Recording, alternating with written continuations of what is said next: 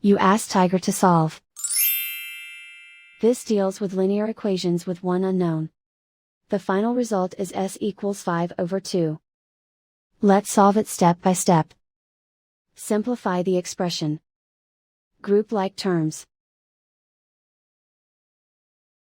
Simplify the arithmetic. Group all constants on the right side of the equation. Subtract 5 from both sides. Simplify the arithmetic.